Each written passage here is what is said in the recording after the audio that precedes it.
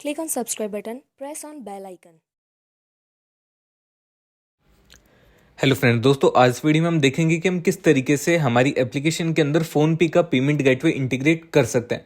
Friends, PhonePe का payment gateway integrate करना बहुत ही आसान है और इस वीडियो के अंदर मैं जो प्रोजेक्ट यूज़ कर रहा हूँ इसके कंप्लीट सोर्स कोड इस वीडियो के डिस्क्रिप्शन में अवेलेबल है। गिटहब का यूआरएल मैंने शेयर किया हुआ है, तो वहाँ पे क्लिक करके सोर्स कोड आप कंप्लीटली डाउनलोड कर लीजिए। तो फ्रेंड्स, मैं आपको कुछ एप्लीकेशन का डेमो दिखा देता हूँ।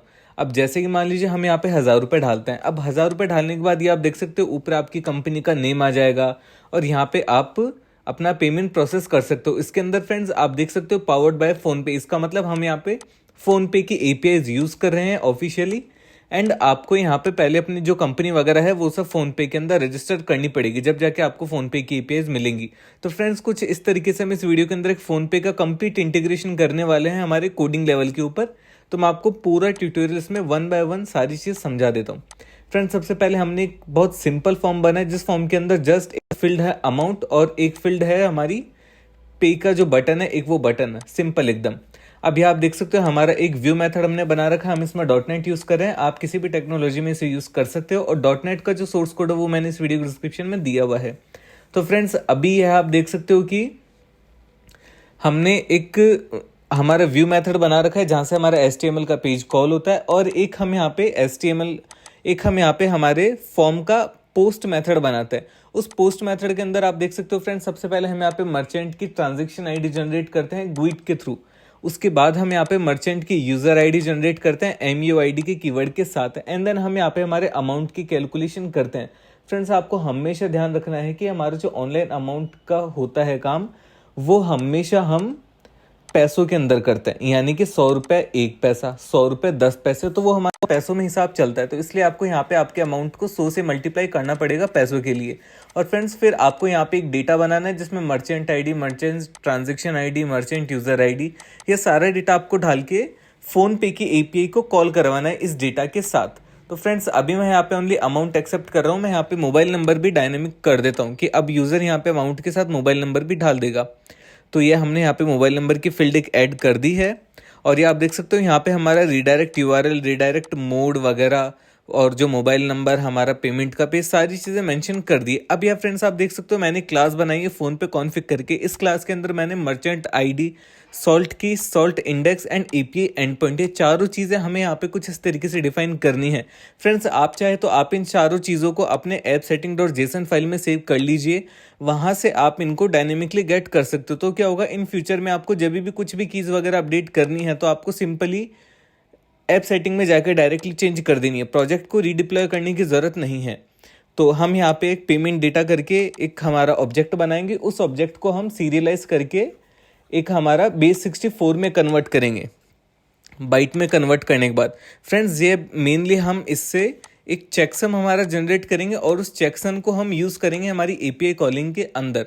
तो ये आप देख सकते हो कि हमने एक ऑब्जेक्ट बनाया, उस ऑब्जेक्ट को हम सीरियलाइज करें।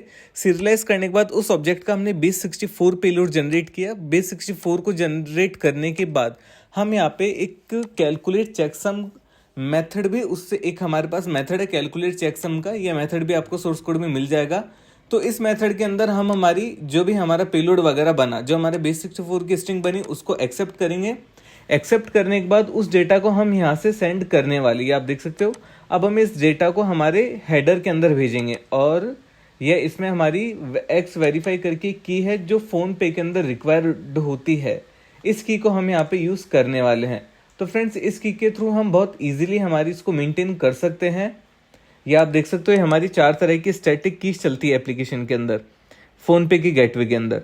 तो अब हम यहाँ पे एक्स वेरीफाई की को लेके चले। एक्स वेरीफाई की को हमने हमारी एपीआई कॉलिंग के अंदर HTTP क्लाइंट का मेथड यूज़ कर रहे हैं, जहाँ पे हम strict origin when cross origin करके हमारा जो रेफरर की पॉलिसी है वो ऐड करते हैं हमारे हेडर में। हेडर में ही हमने एक्स वेरीफाई की को ऐड किया। एक्स वेरीफाई की क्या, हमारा चेकसम प्लस हमारी सॉल्ट इंडेक्स फ़ोन पे के जो पेमेंट गेटवे के साथ हमें मिलती है। तो ये दोनों चीज़ें हमें यहाँ पे यूज़ करेंगे। चेकसम हमने मैनुअली जनरेट किया है, सॉल्ट की हमें फ़ोन पे की तरफ से मिलती है। अब हमारी referrer policy and x verify की दोनों को हम यहाँ पे रिक्वेस्ट हेडर में डालेंगे। रिक्वेस्ट हेडर में डालने के बाद हमारा जो बेस 64 का पेलोड था, उस पेलोड को हम सीरियलाइज करके एप्लीकेशन के जेसन कंटेंट के अंदर सेंड कर देंगे। सिंपल, हम यहाँ पे अब एक एपीआई कॉल कर रहे हैं। ये आप देख सकते हो पोस्ट का मेथड हम यहाँ से कॉल कर रहे हैं और जो एंड पॉइंट है एपीआई का वो हमें फ़ोन पे की तरफ से मिल जाएगा। तो ये अभी मेरे पास फ़ोन पे की एपीआई का एंड पॉइंट है, तो हम यहाँ पे एंड पॉइंट यूज़ करेंगे और इस एपीआई को हम हमारे कंप्लीट जो हमने डेटा बनाया है, जो हमने रिक्वेस्ट हेडर बनाया है, जो हमने पेलोड बनाया है, उस सारे डेटा के साथ हम इसको सेंड करेंगे। तो फ्रेंड्स, यह तो कोडिंग लेवल का डिटेल्स थी जो मैंने आपको शेयर करी है। अब इस प्रोजेक्ट को मैं आपको प्रॉपर तरीके से रन करके भी दिखाता हूँ।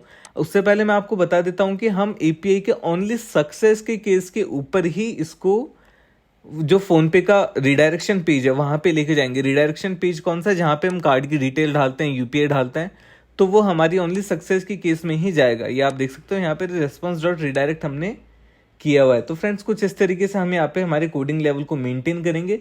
अब चलिए फ्रेंड्स, हम इस प्रोजेक्ट को रन करके चेक करते हैं। मैं आपको कंप्लीट अब इसका जो ओवरव्यू है वो दे देता हूँ कि किस तरीके से हमारा कोड काम कर रहा है। मैंने कोड का आपको जो प्रॉपर डिस्क्रिप्शन है वो तो शेयर कर ही दिया है। अब फ्रेंड्स, हम यहाँ पे कुछ भी अमाउंट डालते हैं। अब एग्जाम्पल के तौर पे मैंने यहाँ पे 10 रुपीज़ डाले। 10 रुपये डालने के बाद हम यहाँ पे पे नाउ पे क्लिक करते हैं।